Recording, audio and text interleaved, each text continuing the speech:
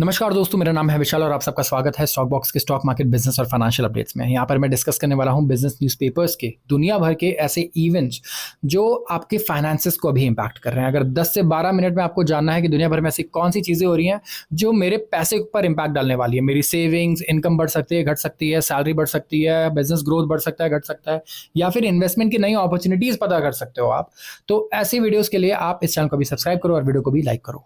शुरुआत करूंगा सबसे पहले आर्टिकल से, ये रुपए के बारे में। अब मैं डिस्कस कर रहा था कई दिनों से कि रुपया लगातार गिर रहा है और एशिया का वर्स्ट परफॉर्मिंग करेंसी बन चुका है पिछले कुछ महीनों में, स्पेसिफिकली इस साल का। तो इससे क्या होता है, जो भी हम एसेट्स ओन कर रहे हैं, कहीं ना कहीं आप ये देखो कि डॉलर के अगेंस्ट वो डेप्रिशिएट हो रहे हैं। इससे एक्सपोर्टिंग कंपनीज को फायदा होता है, लेकिन इंपोर्ट करने वाली कंपनीज को काफी नुकसान होता है।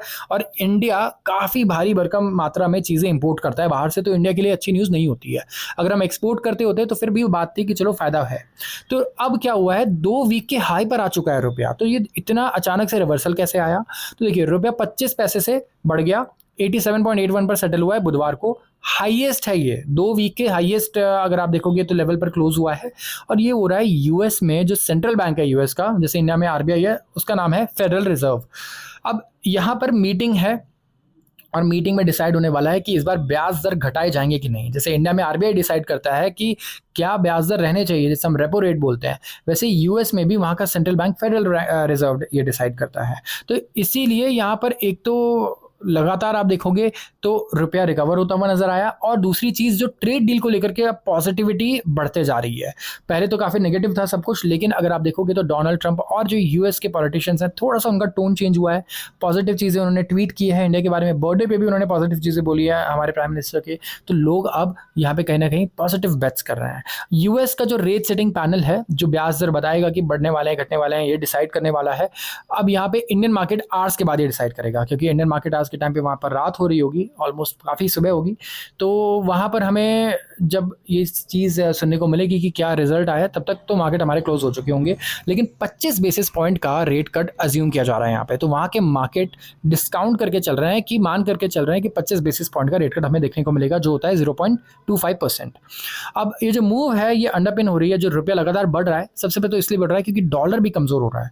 अगर आप बास्केट ऑफ करेंसीज के अगेंस्ट देखो, जिसे हम डॉलर इंडेक्स बोलते हैं, तो बाकी सारी करेंसीज के अगेंस्ट भी डॉलर कहीं ना कहीं कमजोर होता हुआ नजर आया ahead of federal policy decision. और यहाँ पे मार्केट्स भी जो है लार्जली पोजीशन है रेट कट के लिए ही। तो एक तो कंस्ट्रक्टिव अब लग रहा है कि बातचीत हो रही है इंडिया यूएस की ट्रेड डील के बारे में, और एक विन विन ट्रेड डील बन सकती है इंडिया और यूएस के बीच में। मॉडरेशन आया है यूएस ट्रेजरी यील्ड्स में, और डिक्लाइन आया है डॉलर इंडेक्स में, जिसकी वजह से एक सपोर्टिव एनवायरमेंट बना है हमारे इंडिया जैसी करेंसीज के लिए, जिसे हम कहते हैं इमर्जिंग मार्केट करेंसीज। तो रुपया यहाँ पे पर्टिकुलरली वेल प्लेस्ड है कि बेनिफिट करे, गिवन जो फॉरवर्ड लुकिंग नेचर है रीसेंट डायलॉग का इन्होंने ऐड किया है। तो रुपया यहाँ पे कुछ बेटर बढ़िया हमारे लिए जरूर कर सकता है अगर इसी तरीके से मार्केट चलता रहा।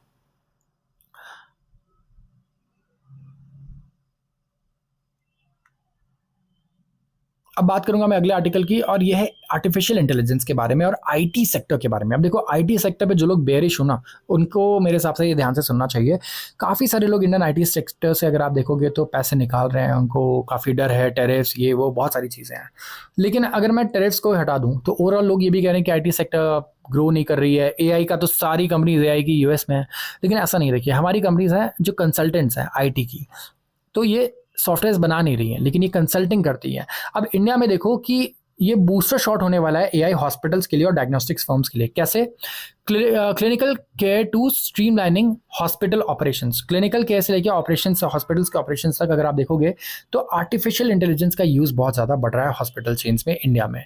इंडस्ट्री जायंट्स है जैसे अपोलो हॉस्पिटल, एस्टर, ऑलरेडी यहाँ पे इंप्लीमेंट कर रहे हैं इनिशिएटिव्स जैसे कि large language models, LLM, clinical decision support के लिए और पेशेंट एक्सपीरियंस को भी इंप्रूव करने के लिए। तो according to CIEY health tech survey जो लास्ट ईयर आया है, अब दूसरे भी यहाँ पे कहीं ज़्यादा पीछे नहीं है।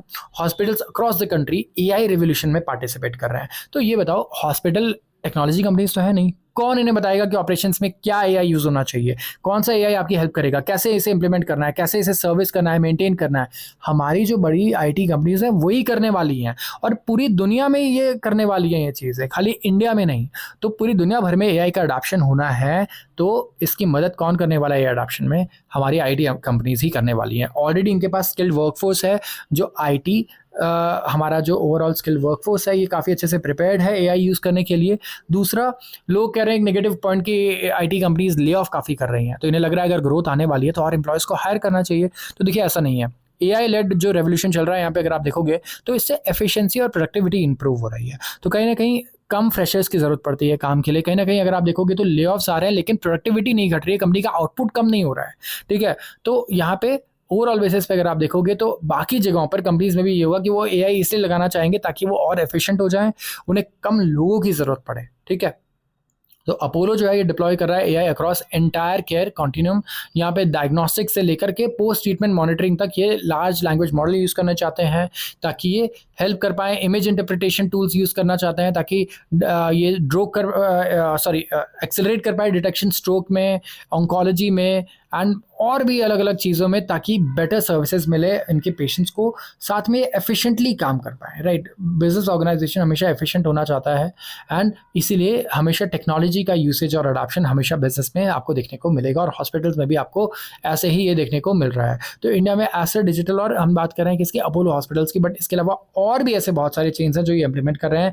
एआई सेव करता है हर एक डॉक्टर के 2 से 3 घंटे सिर्फ पेपर वर्क में। यस, तो ये एफिशिएंसी नहीं है, इसका मतलब कि आप और कह सकते हो कि प्रोडक्टिविटी बढ़ा रहे हो, आपके पास और ज़्यादा कैपेसिटी है। मतलब एक डॉक्टर पहले लेट्स से 3 घंटे खाली डॉक्यूमेंटेशन में लगा रहा था, 5 घंटे काम कर रहा था, अब वो काफ़ी ज़्यादा टाइम लेट्स से 3 घंटे 2 घंटे एक्स्ट्रा दे सकता है काम के लिए। तो इनके पास ऑलरेडी एक तरीके से अब 1.5 डॉक्टर काम कर रहे हैं, 50% इनकी एफिशिएंसी बढ़ गई है। राइट, तो यहाँ पे अर्ली डिटेक्शन सिस्टम भी है, तो आप कॉस्टली एस्केलेशंस को कम कर सकते हो। एंटीबायोटिक स्टीवर्डशिप जो है यहाँ पे ये रहेगा आपके लिए। इसके अलावा डैशबोर्ड्स होंगे। तो ऑलरेडी जो एआई पायलट्स है काफ़ी अच्छा यहाँ पे चल रहे हैं, परफॉर्म कर रहे हैं और बहुत ही बढ़िया आउटपुट दे सकते हैं हमारे हॉस्पिटल चेन्स को। तो कोई भी इंसान ये कहता है कि आईटी कंपनीज कुछ अच्छा नहीं कर रही हैं या एआई में वर्क नहीं कर रही हैं, जो उनका काम है वो वहाँ पे ज़रूर लीड करेंगे, वो है एआई कंसल्टेंट्स का काम। ये एआई कंसल्टेंट्स करने वाले हैं और ये हेल्प करेंगे कंपनीज को इम्प्लीमेंट करने में नई आर्टिफिशियल इंटेलिजेंस को अपने ऑपरेशंस में। बात करने वाला हूँ पावर सेक्टर से रिलेटेड न्यूज़ की। अच्छा, इंडिया में पावर सेक्टर को आप कभी भी ना आप अंडर एस्टिमेट नहीं कर सकते हो। अब इंडिया ने बोल दिया है कि हमें तो भाई चाहिए डेटा सेंटर्स, हमें डेटा सेंटर्स का भी हब बनना है इंडिया में। तो डेटा सेंटर्स के लिए क्या चाहिए होता है, पावर। ठीक है, बहुत सारा पावर ये यूज़ करते हैं जब डेटा सेंटर्स आते हैं कहीं पे भी। और एनटीपीसी यहाँ पे न्यूक्लियर पावर में घुसना चाह रहा है और 2800 मेगावाट यूनिट प्रिपेयर करना चाह रहा है। तो प्राइम मिनिस्टर नरेंद्र मोदी ने कहा है कि वो फाउंडेशन स्टोन ले करना चाहते हैं 2800 megawatt nuclear power plant project के लिए, और यहाँ पे राजस्थान में आने वाला है। ये जो सेटअप किया जाएगा एनटीपीसी और एनपीसीआईएल के द्वारा, न्यूक्लियर पावर कॉर्पोरेशन के द्वारा। और इस प्रोजेक्ट में जो सरकारी कंपनी है वो डेब्यू करेगी न्यूक्लियर पावर जनरेशन में। तो एनटीपीसी का फुल फॉर्म ही नेशनल थर्मल पावर कॉर्पोरेशन है, लेकिन अब थर्मल पावर जो है यहाँ पे ये जनरेट करने की जगह ये न्यूक्लियर पावर में फोरे कर रहा है। तो यहाँ पे प्रेशराइज्ड हैवी वाटर रिएक्टर्स को ये हाउस करेंगे और इसकी क्वांटिटी होगी 4, और ये होंगे 700 मेगावाट कैपेसिटी ईच। जो फर्स्ट यूनिट है प्लांट का वो कमीशन किया जाएगा 2031 में, और जो रेस्ट ऑफ द यूनिट से कमीशन किया जाएगा at a gap of 6 months each. जो मटेरियल है इस प्लांट का ये सोर्स किया जाएगा mainly from Indian contractors through domestic competitive bidding.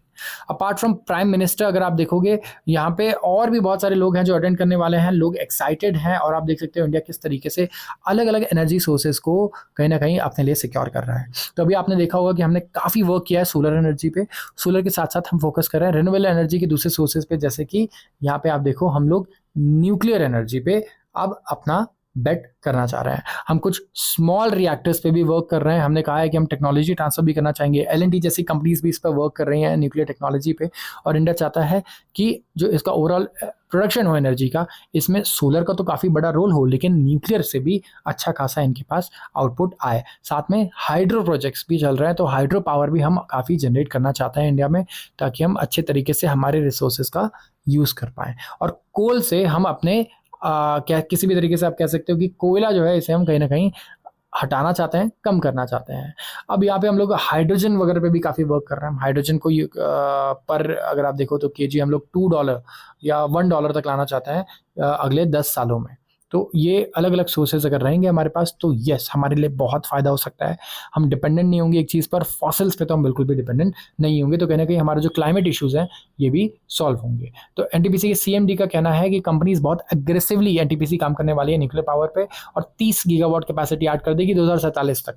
तो प्रोजेक्ट्स इनका ये है कि स्टैंडअलोन बेसिस पे ये पार्ट होगा एग्जिस्टिंग जॉइंट वेंचर का विथ एनपीसीआईएल। तो एनटीपीसी और एनपीसीआईएल ये दोनों यहाँ पे एक जॉइंट वेंचर क्रिएट कर रही है और इंडिया का currently 8,800 megawatt installed nuclear power generation capacity है, जिसे हम बढ़ा करके 2 लाख मेगावाट करना चाहते हैं, मतलब कि 200 गीगावाट 2047 तक।